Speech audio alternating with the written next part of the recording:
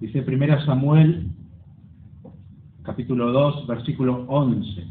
Y Elcana se volvió a su casa en Ramá, y el niño ministraba a Jehová delante del sacerdote Elí. Los hijos de Elí eran hombres impíos y no tenían conocimiento de Jehová. Y era costumbre de los sacerdotes con el pueblo que cuando alguno ofrecía sacrificio, venía el criado del sacerdote mientras se cocía la carne, trayendo en su mano un garfio de 3 dientes, y lo metía en el perol, en la olla, en el caldero o en la marmita. Y todo lo que sacaba el garfio, el sacerdote lo tomaba para sí. De esta manera hacían con todo israelita que venía a Silo.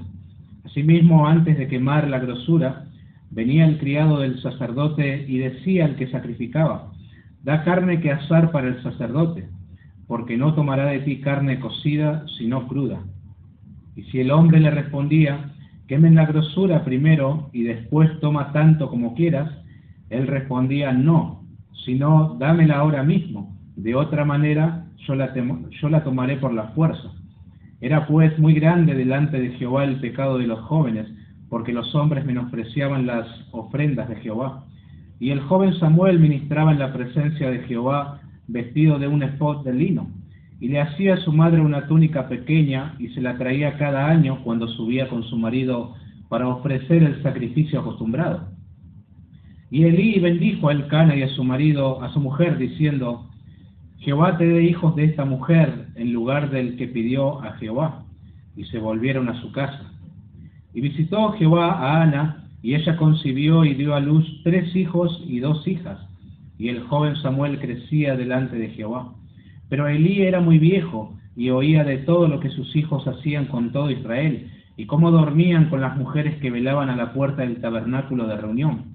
Y les dijo: ¿por qué hacéis cosas semejantes? Porque yo oigo de todo este pueblo vuestros malos procederes. No, hijos míos, porque no es buena fama la que yo oigo, pues hacéis pecar al pueblo de Jehová.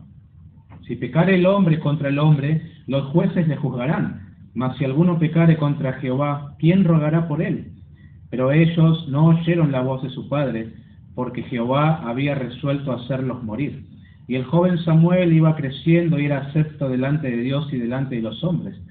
Y vino un varón de Dios a Elí y le dijo: así ha dicho Jehová: ¿no me manifesté yo claramente a la casa de tu padre cuando estaba en Egipto en casa de Faraón? Y yo le escogí por mi sacerdote entre todas las tribus de Israel, para que ofreciese sobre mi altar y quemase incienso y llevase efod delante de mí. Y di a la casa de tu padre todas las ofrendas de los hijos de Israel. ¿Por qué habéis hollado mis sacrificios y mis ofrendas que yo mandé ofrecer en el tabernáculo, y has honrado a tus hijos más que a mí, engordándoos de lo principal de todas las ofrendas de mi pueblo Israel? Por tanto, Jehová, el Dios de Israel, dice: yo había dicho que tu casa y la casa de tu padre andarían delante de mí perpetuamente. Mas ahora ha dicho Jehová: nunca yo tal haga, porque yo honraré a los que me honran, y los que me desprecian serán tenidos en poco. He aquí vienen días en que cortaré tu brazo y el brazo de la casa de tu padre, de modo que no haya anciano en tu casa. Verás tu casa humillada, mientras Dios colma de bienes a Israel, y en ningún tiempo habrá anciano en tu casa. El varón de los tuyos que yo no corte de mi altar será para consumir tus ojos y llenar tu alma de dolor, y todos los nacidos en tu casa morirán en la edad viril. Y te será por señal esto que acontecerá a tus 2 hijos, Ofni y Finés, ambos morirán en un día. Y yo me suscitaré un sacerdote fiel que haga conforme a mi corazón y a mi alma, y yo le edificaré casa firme, y andará delante de mi ungido todos los días. Y el que hubiere quedado en tu casa vendrá a postrarse delante de él por una moneda de plata y un bocado de pan, diciéndole: te ruego que me agregues a alguno de los ministerios, para que pueda comer un bocado de pan. Bueno, tremenda porción. Vamos a orar. Señor, gracias por inspirar esta porción y preservarla también para nosotros, para que de una manera impresionante podamos ser instruidos. Primeramente, conocer un aspecto de tu carácter, tu santidad, exigiendo también lo mismo para aquellos que te sirven, independientemente de su función en el cuerpo. Y también instruirnos de una manera muy pedagógica. Gracias, oh Dios, por esta porción de la Escritura. Queremos pedirte que tú nos bendigas en esta hora, en la exposición, a mí ayudándome a hacerlo con fidelidad, eficacia, a los hermanos para oír, que tu Espíritu lo aplique en los corazones y nos inquiete, oh Dios. Necesitamos la obra de tu Espíritu en nuestros corazones, Señor. Y para eso está la Escritura. Señor, bendice este tiempo, en el precioso nombre de Jesús. Amén. Bueno, Ana expresó un canto, eso fue lo último que vimos, una poesía impresionante, reflejando así la alegría que nace de conocer a Dios, ¿no? Eso fue lo último que vimos, porque en su experiencia aprendió sobre el carácter, la naturaleza incomparable de nuestro Dios, también su gobierno providencial sobre todas las cosas, su trato fiel y guardador hacia los santos, y aún pudo ver el destino glorioso del reino del ungido de Jehová, ¿no? Eso vimos del cántico de Ana. Finalmente, su niño Samuel quedó en el lugar de adoración sirviendo al Señor, y la familia volvió a su casa, esperando el próximo año para regresar a Silo. Si bien se los menciona en la porción, el énfasis recae ahora sobre la familia sacerdotal, ¿no? La familia de Elí y sus hijos, ¿no? Ahora, hermanos, no sé si lo notaron aquí mientras leíamos, qué marcado está el contraste acá, ¿no? En estos versículos. Hay un niño que ministra a Jehová, mientras dos sacerdotes son impíos, ¿no? Hay un niño cuidadoso de las cosas sagradas, mientras los sacerdotes la menosprecian. Luego, hay un joven creciendo delante de Jehová, mientras un hombre viejo va menguando en reverencia a Dios, ¿no? Hay un joven acepto delante de Dios y los hombres, mientras la maldad de los sacerdotes es evidente ante todo el pueblo, ¿no? Hay un joven que será un sacerdote fiel para el Señor, mientras que hay dos sacerdotes que serán cortados de entre su pueblo, ¿no? ¿Por qué razón esto? Porque el Señor dice: yo honraré a los que me honran, y los que me desprecian serán tenidos en poco, ¿no? Ese principio que permea por todo el libro se ve claramente en esta porción que hemos leído. Ahora, hermanos, este texto que nos convoca es impresionante. Fue impresionante para mí haberlo estudiado también, porque revela un aspecto del carácter santo de Dios que tiene que conducirnos al temor y a la reverencia, ¿verdad? Decimos que Dios es santo. Lo cantamos también, como en el día de hoy estuvimos cantando sobre la santidad de Dios. Predicamos también, y es cierto. Pero aquí vemos lo que esa santidad significa cuando se encuentra con el ministerio infiel, ¿no? Qué lindo ver eso en esta porción, y qué temor debe ocasionarnos, ¿no? Hermanos, servir al Señor es un privilegio enorme que tenemos. Él nos permite servirle y utilizarnos para su obra, ¿verdad? Pero es también una gran responsabilidad, porque Dios ve lo que el hombre no puede ver del corazón. Y Él lo evalúa, Él lo valora, y Él lo recompensa también. En el tribunal de Cristo seremos recompensados por la motivación de nuestras obras aquí en la tierra. Pero Él también lo pesa, lo discierne, lo comprueba, examina el servicio y lo juzga. Es lo que hace el Señor, ¿verdad? Sigue siendo muy relevante para la iglesia la porción que se narra aquí, hermano. Si bien hoy no hay un tabernáculo, no hay sacerdotes en el sentido levítico, arónico, no sacrificamos animales en este lugar, no hay un altar, ¿verdad? Pero sigue habiendo servicio. Hay un pueblo que adora, hay ministros, algo se sigue ofreciendo. Entonces el principio que extraemos de acá sigue intacto. El Dios 3 veces santo exige que su pueblo le sirva en los mismos términos: reverencia, integridad y un temor santo.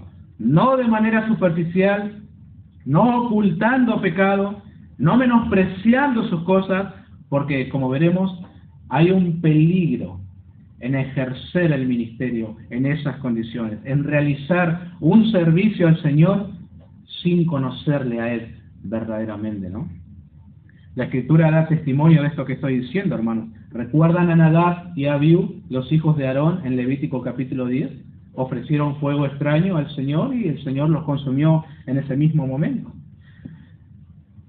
Piensen también en Usías, según la Crónicas 26, 16 al 21. Es un rey fuerte, bendecido, usado por Dios, pero cuando su corazón se enalteció, él quiso cumplir funciones sacerdotales en el templo. Quedó leproso hasta el día de su muerte. Piensen en Ananías y Zafira también, ¿verdad? Quisieron aparentar una entrega que no era real. Y sabemos su final, ¿no? Que el Señor nos ayude, entonces, ¿no? Veamos el peligro de ejercer el ministerio, el servicio, sin conocer a Dios. En primer lugar, notemos el conocimiento ausente y corrupción presente. Esto abarca los versículos, mi primer punto, del 12 hasta el 17. Yo hablé recientemente de un contraste, ¿verdad?, entre Samuel y estos personajes que aparecen aquí. En el versículo 11, Samuel ya está ministrando, sirviendo a Jehová delante del sacerdote Elí. Pero en el versículo 12, los hijos de Elí, que ya tienen tiempo ministrando, crecieron entre ofrendas y sacrificios, son impíos y no tenían conocimiento de Jehová. Este, hermanos, es el corazón del problema. Lo que surge después es el resultado, es la consecuencia, pero acá está la raíz, ¿verdad? Ellos van a menospreciar las ofrendas, ellos van a cometer inmoralidad sexual, ellos no van a atender a la voz de su padre, por la sencilla razón de que no tienen conocimiento de Jehová, ¿no? Por eso menosprecian todas las cosas santas. El haber nacido en una familia con un privilegio enorme de servicio a Dios no garantizaba un conocimiento relacional con Dios, ¿no? Un conocimiento reverencial ante Dios. Y añadimos también un padre que todo parece indicar que fallaba en sus funciones disciplinarias, ¿no? Muy importante que nosotros también hoy estamos viendo cómo la generación anterior ha fallado en disciplinar a sus hijos y hoy vemos Terians por las calles, ¿no? Además, el versículo 29 dice que honraba más a sus hijos que a Dios. Y eso es algo que los hijos también absorben, queridos hermanos. En lugar de defender el honor del Señor y la pureza del culto, Él permitió que el afecto paternal suavizara su responsabilidad espiritual. ¡Qué peligro, queridos hermanos! Y nos sucede también a nosotros, como creyentes, que nuestros hijos crezcan en un ambiente familiar sano, congregacionalmente activos, no es garantía de que conozcan al Señor. Ellos mismos necesitan arrepentirse de sus pecados y confiar en Cristo para salvación y evidenciar eso con una vida santa que busque la gloria de Dios por sobre todas las cosas, ¿no? Y nosotros como padres debemos anteponer la gloria de Dios por sobre todas las cosas. No tenían conocimiento de Jehová, de ahí parte todo el resto, ¿verdad? Es decir, relacionalmente, porque los jóvenes sabían la letra de la ley. Si ellos nacieron básicamente en el templo, conocen la ley de Dios, saben cómo realizar un ritual, saben cómo matar el animal, están empapados de esas cosas desde niños. Pero es posible incluso saber todo lo que Dios pide, cómo debe hacerse, y no tener una relación salvífica con Dios, ¿no? Así es, queridos hermanos. Y por eso este menosprecio a las cosas del Señor. Noten que en los versículos 13 al 16 describe lo aberrante de sus obras, ¿no? Como para explicar un poco, ustedes saben, cuando una familia llevaba un animal para ofrecerlo al Señor, una parte de eso correspondía legítimamente a los sacerdotes. Está en la ley de Dios, ¿verdad? Levítico 7, 31 y 34. Pero los hijos de Elí no esperaban lo que Dios había establecido. Mandaban a su criado con un garfio de 3 dientes, sacaban de la olla lo que quisieran sin respetar la porción asignada, ¿no? Y no solo eso, antes de que se quemara la grasa, que era la parte que pertenecía exclusivamente a Dios, Levítico 3:16, toda la grosura es de Jehová, exigían que se le diera carne cruda.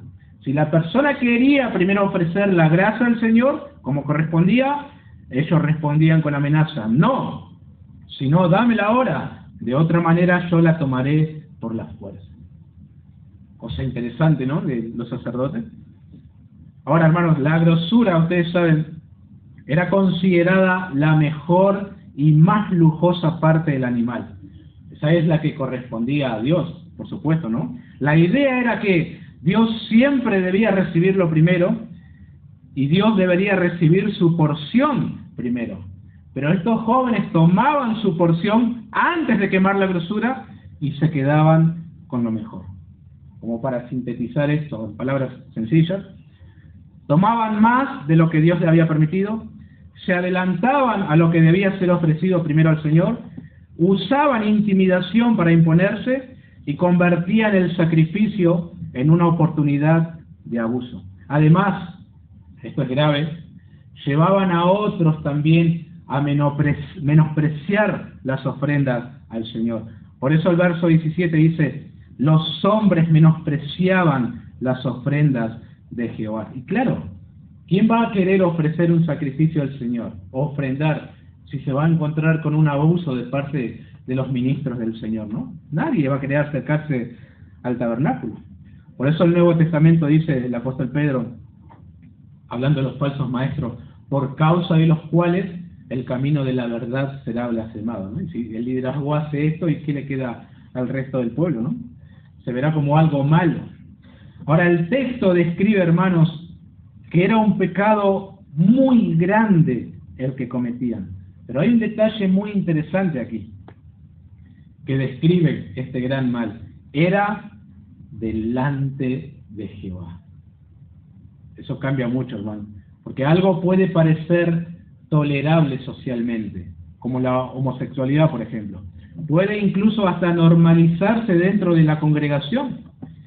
Pero la medida real no es como lo percibe la gente, sino cómo lo ve Dios a eso, ¿no? Todo ocurre bajo su mirada, cada abuso, cada motivación, cada acto de irreverencia, todo estaba expuesto ante Él. Allí está la gravedad del asunto, hermano. Es algo que estos jóvenes no podían ni siquiera contemplar, ¿no? Escribe un comentarista: hay muchas figuras oscuras en la historia de Israel en el tiempo de los jueces. Figuras de idolatría, figuras de lujuria, figuras de traición, figuras de derramamiento de sangre. Pero no hay ninguno más terrible que la figura de la familia del sumo sacerdote en Silo. En los otros casos, los miembros de la nación se habían vuelto groseramente malvados, pero en este caso es la sal la que había perdido su sabor. Son los que deberían haber guiado al pueblo en los caminos de Dios, los que se han convertido en los cabecillas del ejército del diablo, ¿no? Hermanos, si se corrompen los encargados de dar a conocer el carácter y las virtudes del Dios Santo, ¿qué le queda al pueblo? Perecer por falta de conocimiento. Es así, queridos hermanos. Además, a mayor privilegio, mayor responsabilidad. Por eso, la severidad de Dios para aquellos que ejercen funciones dentro del pueblo, ¿no? Porque Dios les ha confiado algo. Ellos lo han tenido en pocos. Entonces Dios actúa también. Ahora, aplicando esto un poco a nosotros, yo no puedo ver el corazón de los que sirven en la congregación, de los que sirven en la música, en el proyector, los que dirigen, los que atienden la puerta, todo servicio que se hace en la congregación. Ustedes tampoco pueden ver mi corazón, por supuesto que no, pero hay uno que sí. Y no solo lo ve, sino que también es santo y no tolera un servicio mediocre, frío, superficial y sin reverencia. No lo puede tolerar. Como que huele esa ofrenda y dice: acá hay podredumbre. No, esto no sirve. Hay personas que le da igual todo, sin considerar ante quién están realizando el servicio. Y de alguna manera se deja ver por cómo tratan las responsabilidades que el Señor les concedió en la iglesia. Hay que ser, hermanos queridos, muy cuidadosos. Aunque el Señor no aplique una disciplina de manera condenatoria, como en este caso. Él sigue siendo celoso, santo, no tolera la liviandad y la falta de temor y ejecuta disciplina para corregir. El problema de muchos está en tratar el servicio como una actividad más de la semana. No hago esto, no pasa nada. Acostumbrarse a hacerlo es perder el sentido de que estamos tratando con el nombre de Dios y sus asuntos. ¿Recuerdan la iglesia de Corinto? Después lo leemos mientras celebramos la Cena del Señor, que justamente por no considerar dignamente la Santa Cena, el Señor descendió a la iglesia con disciplina, trayendo debilidad a algunos, trayendo enfermedad a otros, trayendo muerte a otros. No se puede tomar las cosas santas, serias del Señor como algo liviano. ¿Recuerdan también el mensaje a la Odisea, allá en Apocalipsis 2? Por cuanto eres tibio, te vomitaré de mi boca, ¿no? Y Santiago decía también, hermanos míos, no os hagáis muchos maestros de vosotros, sabiendo que recibiréis mayor de condenación. Por eso, mayor privilegio, mayor responsabilidad también, ¿no? Ahora les traigo una noticia que debería hacernos temblar. El Señor no ha cambiado. No ha cambiado el Señor. Si alguien toma el servicio un poco, si trivializa lo santo, si usa el ministerio para sí mismo y persiste sin arrepentimiento, puede esperar que Dios trate con esa persona de alguna manera. A veces internamente, quebrantando el corazón. A veces externamente, removiendo oportunidades. A veces permitiendo consecuencias que revelen lo que estaba oculto. El Señor sabe cómo tratar con su iglesia, ¿no? Y no hay nada oculto que no sea manifestado en su presencia. Por eso tengamos cuidado, sirvámosles en sus términos, o si no, no lo hagamos. No lo hagamos, mejor. Ahora, como contraste, siempre se ve eso en esta porción, a esta clase de servicio, noten Samuel, versículo 18. Y el joven Samuel ministraba en la presencia de Jehová, vestido de un efod de lino. Mientras los sacerdotes pecan gravemente delante del Señor, Samuel ministraba en la presencia de Jehová. Y aunque él formalmente no es un sacerdote, él no es de la línea de Aarón, pero está vestido de un efod de lino. Acá condice bien, ¿no? Su apariencia externa con su realidad interna, ¿no? Seguro. No hay en él una disociación entre lo que aparenta y lo que vive, ¿no? El efod de lino era como un chalequito que se ponía. Me imagino verlo al niño Samuel muy tierno de esa manera, ¿no? No era la misma indumentaria que los sacerdotes formales. De hecho, David, recuerdan aquella porción también que estaba lanzando de gozo, él se viste también con un efod de lino, ¿no? Ahora, hermanos, este es el punto. De alguna manera, Dios siempre se reserva un remanente fiel, que le sirva, ¿no? Independientemente de la corrupción con la que puede estar rodeado. El joven está sirviendo entre pecadores, pero lo hace con pureza. ¿Qué pasó aquí? La diferencia, ¿saben dónde está? En que él ministra delante de Jehová. Los otros, delante de los hombres, por cumplir, ser visto, por costumbre, puede ser, cualquiera de estas, ¿no? Hay creyentes que si no se dan ciertas condiciones logísticas, si no está todo organizado como prefieren, si no reciben el reconocimiento adecuado, si no se sienten en el ambiente espiritual que desean, entonces no sirven al Señor. Y se amotinan también. Qué triste es eso. Se cree que para este entonces Samuel tenía entre 7 y 10 años. Muy pequeño, ¿no? Ahora, esa es una edad muy influenciable. Absorbes todo lo que ves en otros. Pero él parece inamovible. Esta es la misericordia del Señor guardándolo y siendo fiel a su pacto. Por eso siempre digo, ¿no? Se reserva al Señor a un remanente para que le sirva, ¿no? Ahora, hermanos, ¿se han puesto a pensar en cuál era la función de Samuel dentro del templo? No siendo él un sacerdote formal. Alguien dijo, ¿qué puede hacer un niño en el templo? ¿Qué hacía Samuel? Hacía pequeños encargos, tal como preparar las luces, guardar las vestiduras, aprender música y cosas similares. Digo yo que entre sus funciones podría estar abrir y cerrar puertas, alcanzarle algún instrumento al sacerdote Elí. ¿Qué más puede hacer un niño en el templo?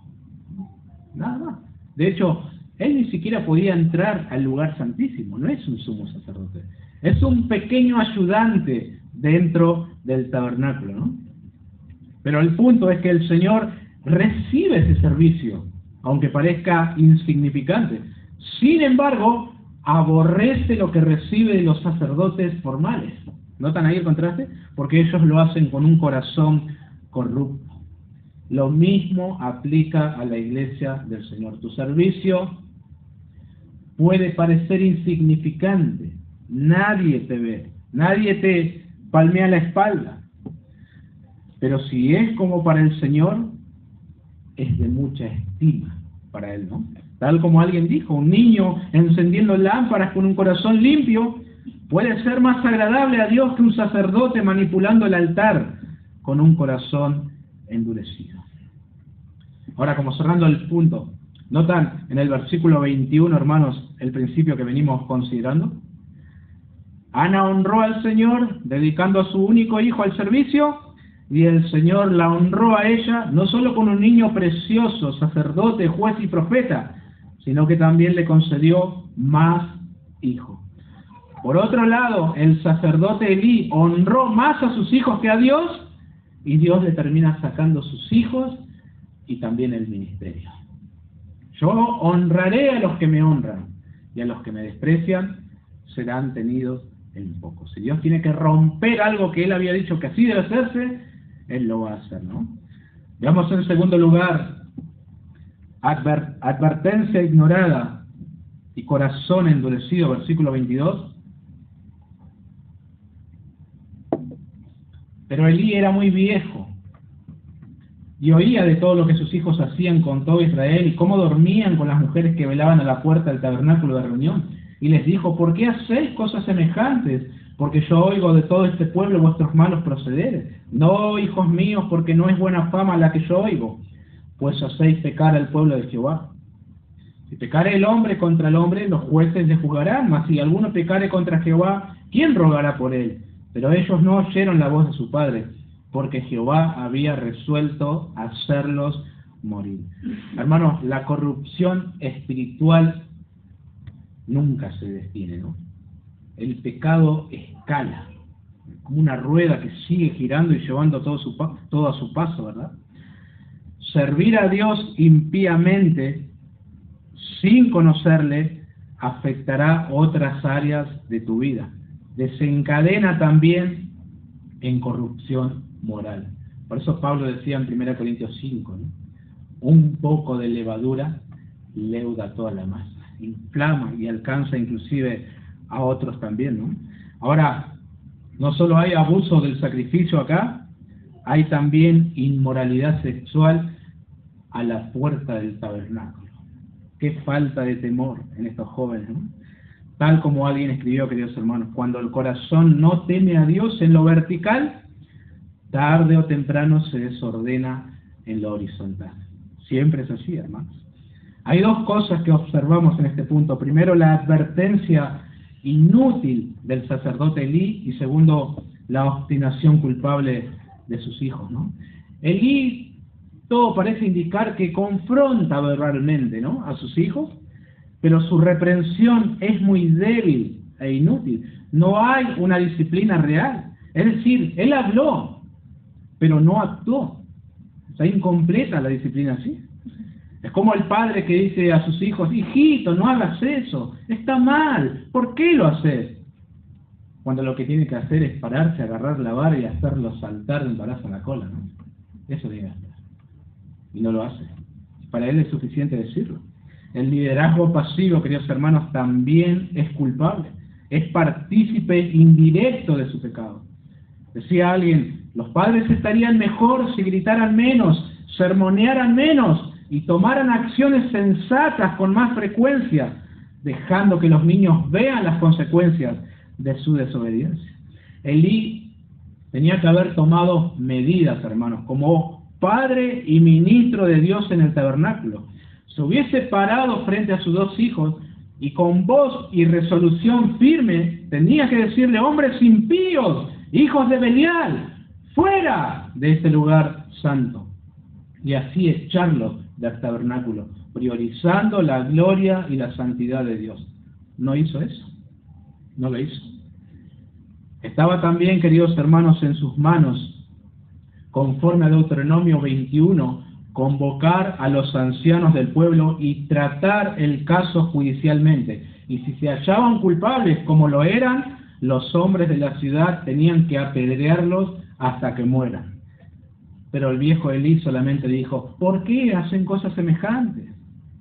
¿Cómo que por qué? Son impíos y no conocen a Dios. Por eso. Comenta Warren Wiersbe: es trágico cuando un padre y un líder espiritual pierde su influencia sobre su propia familia y solo puede esperar a que caiga la mano del juicio de Dios. Lot perdió su influencia con su familia, Génesis 19. Y después de que David pecó con Betsabé, su influencia sobre sus hijos se debilitó enormemente. Ofní y Finés no tenían ningún respeto por el Señor, ni por el cargo de su padre, el sumo sacerdote, por lo que todo lo que Dios podía hacer era juzgarlos y reemplazarlos por siervos fieles. Hermanos, como dije, el pecado escala, nunca se detiene. Noten que también la corrupción de estos ministros afectaba a otros. Elí les dijo: pues hacéis pecar al pueblo. Su conducta estaba empujando a otros también a la irreverencia a las cosas santas de Dios. Impresionante. Jesús dirá años después: cualquiera que haga tropezar a alguno de estos pequeños que creen en mí, mejor le fuera que se le colgase una piedra de molino de asno en su cuello y se le hundiese en lo profundo del mar. Y añadió también: ay del mundo por los tropiezos, porque es necesario que vengan tropiezos, pero ay de aquel hombre por quien viene el tropiezo. Y aquí el tropiezo viene por los ministros que deberían apacentar al pueblo. Por lo tanto, el juicio que luego vamos a estudiar en el capítulo 4 es completamente severo, pero justo. Así debería ser, ¿no? Aunque el padre no hizo lo que debería, Dios se haría cargo porque eran sus cosas. Qué celo diferente vemos en Moisés cuando estaba en el monte y descendió y vio al pueblo en completa idolatría, ¿no? Prendió fuego todo, mezcló esas cenizas con agua y decían: beban. Hizo una separación, invocó a Dios y muchos terminaron muriendo también allí, ¿no? Un celo santo lo empujó a eso. Pueden leerlo en Éxodo capítulo 32. Comenta William Blake: a menudo es muy difícil explicar cómo es que hombres piadosos han tenido hijos impíos. No es difícil explicar en esta ocasión. El método de Elí tuvo un fatal defecto: no corrigió a sus hijos en el momento apropiado. No se hizo en el tono apropiado. Cuando no le hacen caso, no toma las medidas apropiadas para dar consecuencias. Fácilmente podemos pensar que Elí dejaba que los muchachos hicieran su propia voluntad y siguieran su propio camino cuando eran jóvenes. Los amenazaba si desobedecían, pero no llevaba a cabo la amenaza. Se enojaba con ellos cuando hacían el mal, pero no castigaba la ofensa. Dudaba tal vez entre la severidad ocasional y la indulgencia habitual, hasta que en algún momento todo el temor de pecar los había abandonado y calculaban fríamente que la más grosera maldad no tendría mayor consecuencia que una llamada de atención. Fin de la cita, ¿no? Con respecto a la obstinación culpable de estos chicos, el verso 25 es tremendo. Pero ellos no oyeron la voz de su padre, porque Jehová había resuelto hacerlos morir. Ahora, esto no elimina la responsabilidad de los jóvenes, ya la presupone. La persistencia en el pecado endurece el corazón hasta que el juicio se vuelve inminente, ¿no? El escritor de Hebreos advierte que no debemos dejarnos engañar, ¿verdad? El corazón se puede endurecer hasta tal punto que ya no escucha la voz del Señor, ¿no? Y eso le sucedió a estos dos sacerdotes. Y otra vez, como contraste, verso 26, y el joven Samuel iba creciendo y era acepto delante de Dios y delante de los hombres. Unos arrastran hacia abajo, los sacerdotes, otro edifica. Unos producen tropiezo, otro produce esperanza, ¿no? La corrupción de los hijos de Elí contaminaba el culto. La vida de Samuel, en cambio, mostraba que Dios no había abandonado su obra. Tengamos en cuenta esto, queridos hermanos. Como padres o líderes de la congregación, tomemos resoluciones firmes contra el pecado y la mala conducta. Porque como aprendemos en esta porción, el pecado nunca se detiene. Lo que comenzó como un menosprecio a las ofrendas del Señor, terminó con inmoralidad sexual en la puerta del tabernáculo, ¿no? Lo que empezó en el ámbito del culto, en el trato liviano de las cosas santas, descendió al ámbito moral. Entonces, el deterioro fue progresivo, ¿no? Primero corrupción espiritual, luego corrupción ética. El pecado escala. Estoy seguro que millones de padres quisieran retroceder el tiempo hacia sus inicios como padres para aplicar la corrección adecuada a sus hijos, ¿no? Seguro que sí. Aplicar la palabra también. Y muchos líderes quisieran otra vez la oportunidad de aplicar la palabra disciplinando al miembro pecador de la iglesia, cuyo pecado le destruyó a él y también a la congregación. Que el Señor nos ayude, ¿no? Bueno, en tercer lugar, privilegios revocados y fidelidad preservada. Esto corresponde los versículos 27 hasta el 36, donde termina, ¿no? ¿Notan que todo es progresivo, hermanos, aquí? Hasta que llegamos a la sentencia final, ¿no? Ahora, como para explicar un poco, no sabemos quién es este varón de Dios. El Señor, el Espíritu se reservó su nombre. Es un profeta, obviamente, así se lo llamaba. Da el mensaje del Señor para el sacerdote Elí. Y es tremendo lo que comunica. Básicamente anuncia los términos en los que se llevará a cabo el juicio de Dios, ¿no?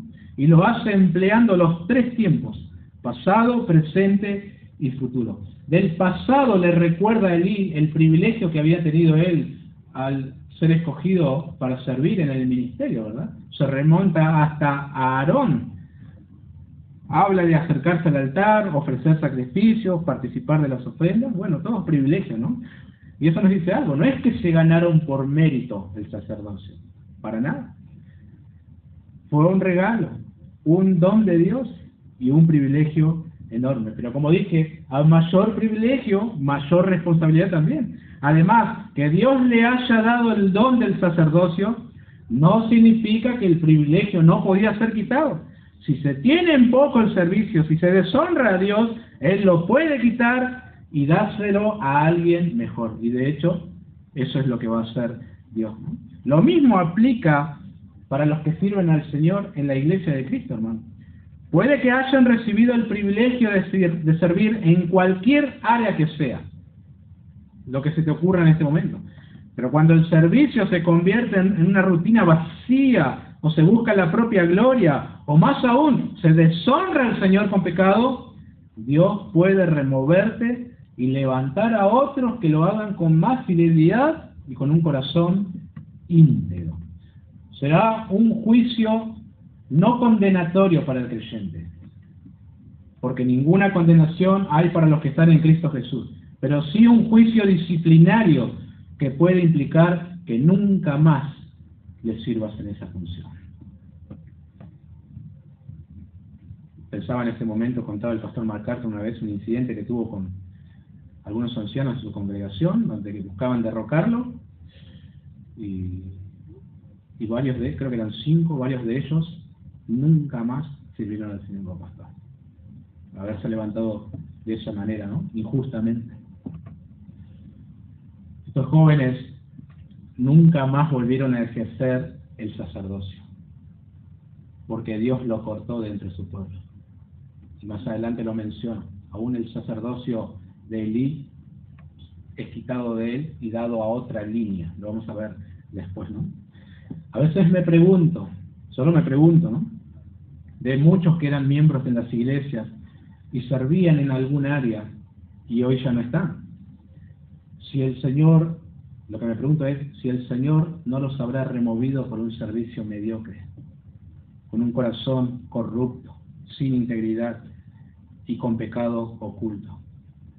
Ahora, de muchos no se puede afirmar esto, porque no vemos el corazón, pero es una posibilidad también, ¿no? Lo que estamos aprendiendo. Por eso todos debemos temer, examinar nuestro corazón y nuestras motivaciones, ¿no? Noten también el aspecto presente del juicio en la casa de Elí, verso 29. ¿Por qué habéis hollado mis sacrificios y mis ofrendas que yo mandé ofrecer en el tabernáculo? Y has honrado a tus hijos más que a mí, engordándoos de lo principal de todas las ofrendas de mi pueblo Israel. Era una violación explícita al mandamiento de Dios, hermanos.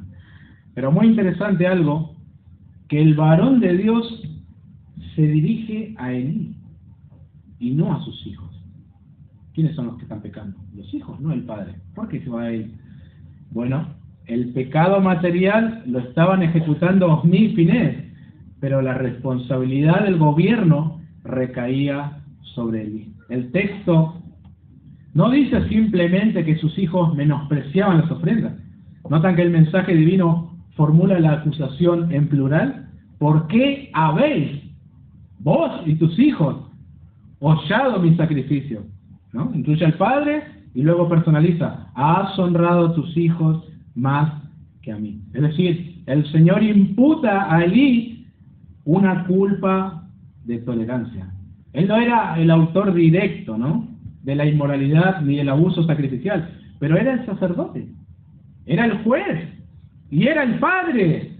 Tenía toda autoridad y no la ejerció conforme al mandato divino. En términos de liderazgo espiritual, su pecado fue omisión culpable.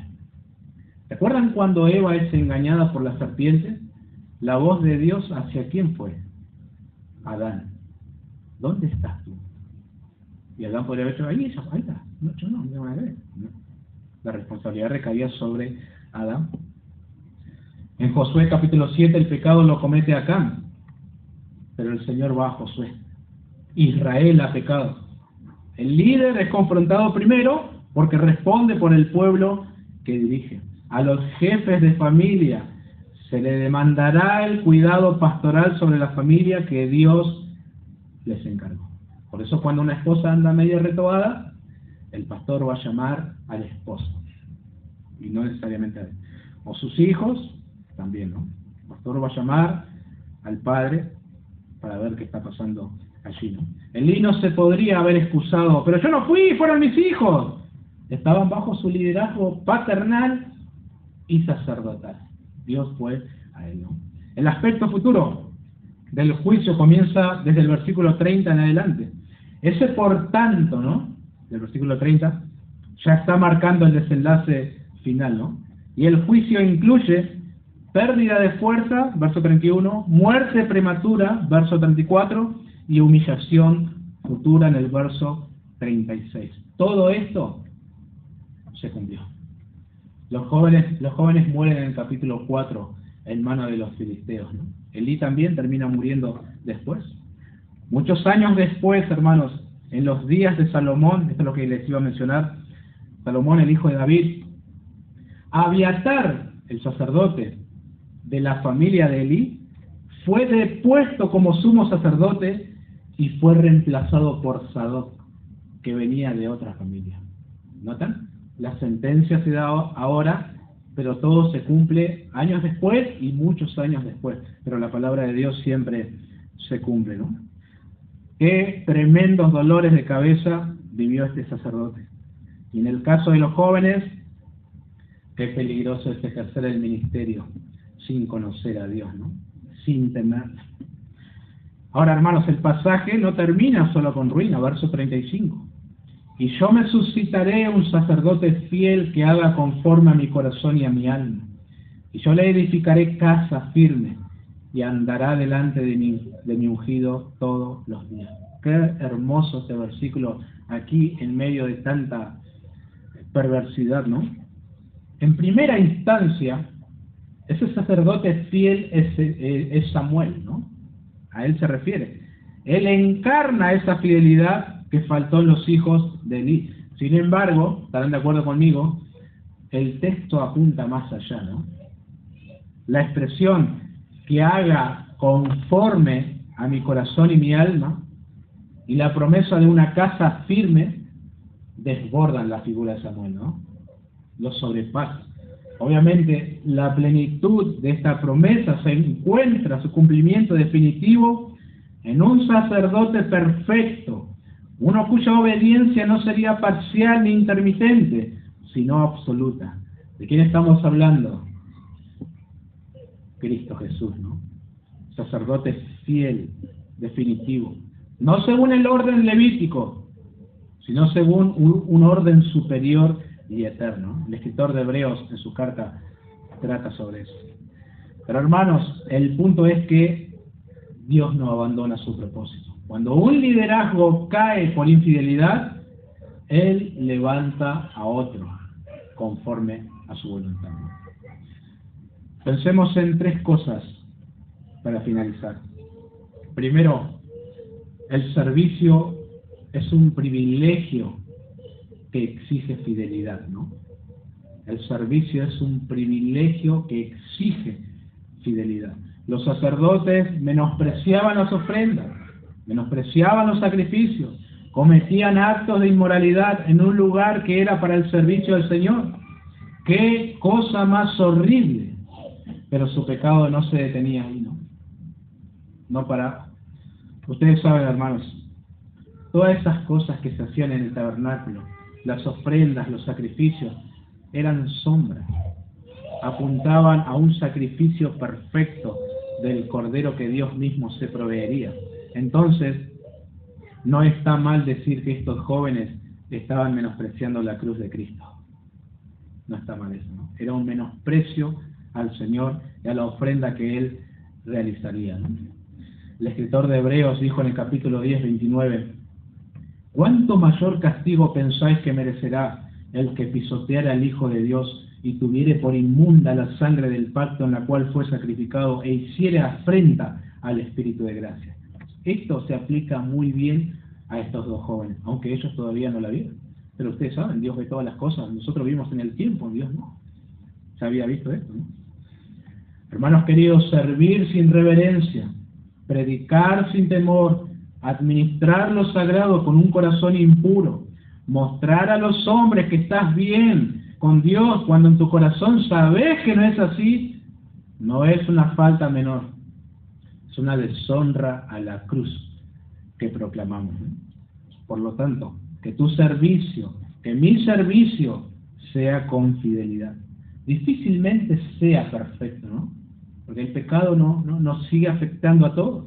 Pero cuando eso suceda, tengamos temor reverente, confesemos, arrepintámonos, pidamos gracia y seamos humildes.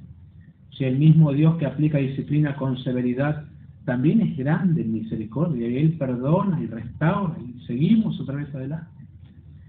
Segundo, padres y líderes, comienza hoy a anteponer la gloria de Dios antes que el afecto desordenado, la comodidad personal o el temor al conflicto lleguen, ¿no? Lo lamentarás después y traerás deshonra al nombre del Señor. Si hay pecado, se confronta. Si hay desorden, se corrige. Si hay escándalo, se actúa. Pero no ignores tu responsabilidad, porque el Señor vendrá a ti, como padre y como líder. ¿Dónde estás tú? Y tercero, el modelo de servicio y liderazgo perfecto se encuentra en Cristo. A diferencia de los hijos de Elí, Cristo, nuestro Señor, no se sirvió de lo sagrado para su beneficio personal. No buscó su propia gloria, sino la gloria del Padre. No manipuló el sacrificio, se ofreció a sí mismo como sacrificio. Su obediencia no fue parcial ni circunstancial, sino perfecta hasta la muerte. Cristo es el estándar para el servicio, ¿no? Él no vino para ser servido, sino para servir y dar su vida en rescate por muchos. Mateo capítulo 20, ¿no? Entonces, miremos a Cristo no solo como Salvador, sino como patrón de servicio y liderazgo. Nuestro servicio, hermanos, será sano en la medida que refleje su corazón. Una y otra vez hay que volver a la fuente, Cristo Jesús. Oremos. Te damos gracias, oh Dios, te damos gracias. Nadie está exento de fragilidad, de debilidad, incluso de pecado. Ayúdanos, oh Dios, cuando eso suceda, a mirar al Señor, a volver a la cruz, a arrepentirnos y a ofrecerte un servicio que te honre a ti. Como hemos aprendido, no todo servicio es grato delante de tu presencia. Queremos hacerlo con fidelidad e integridad. Gracias por la palabra, oh Dios. Aplícala a nuestros corazones. En el nombre de Jesús. Amén.